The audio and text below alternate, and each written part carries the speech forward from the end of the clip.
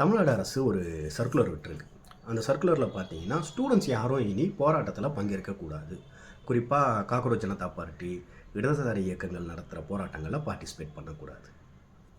அரசியல் ஓரமாக இருக்கும்.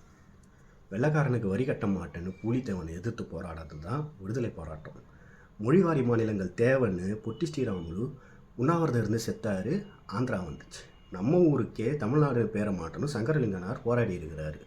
1950 இந்தி திணிப்பை எதிர்த்து போராடுனதே ஸ்டூடெண்ட்ஸு தான். ஏன் ஜல்லிக்கட்டை வேண்டி தமிழ்நாடே போராடிச்சு. வரலாறை பார்த்தீங்கன்னா போராட்ட உணர்வு தான் நம்ம வரலாறாகவே இருந்திருக்கு. அந்த போராட்ட உணர்வை ஸ்டாப் பண்ணுறது என்ன விதமான அணுகுமுறைன்னு தெரியல. இப்போது போராடாமல் எப்படி தெரியும்? நம்ம சிஎம்ஏ வந்து பார்த்திங்கன்னா எம்சி ராஜா ஹாஸ்டலில் சாப்பாடு சரியில்லை, ஃபெசிலிட்டிஸ் இல்லைன்னு போராடின பசங்க கூட நின்று எல்லாத்தையும் நான் பண்ணி தரேன்றாரு. அப்போ போராடாமல் பிரச்சனை இருக்குன்னு எப்படி தெரியும்? நிறைய காலேஜில் நடக்கிற பாலியல் குற்றங்களை எஸ்எஃப்ஐயும் ஏஎஸ்எஃப்பும் போராட்டத்தும் பண்ணி தான் வெளியவே தெரிஞ்சிருக்கு.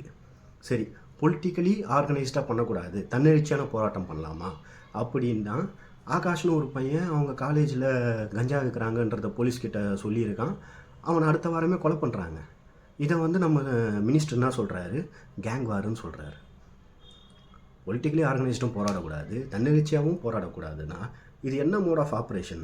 எல்லாருமே சொல்கிற மாதிரி பிஜேபி நார்த்தில் பண்ணுறது டிவிக்கு இங்கே பண்ணுதுன்னு நான் சொல்ல விரும்பலை. ஆனால் பாகுபலியில் ஒரு டைலாக் வரும், இது அழிவுக்கான ஆரம்பம்னு. பாலிடிக்ஸ் பேசுகிறான், பாலிடிக்ஸ்.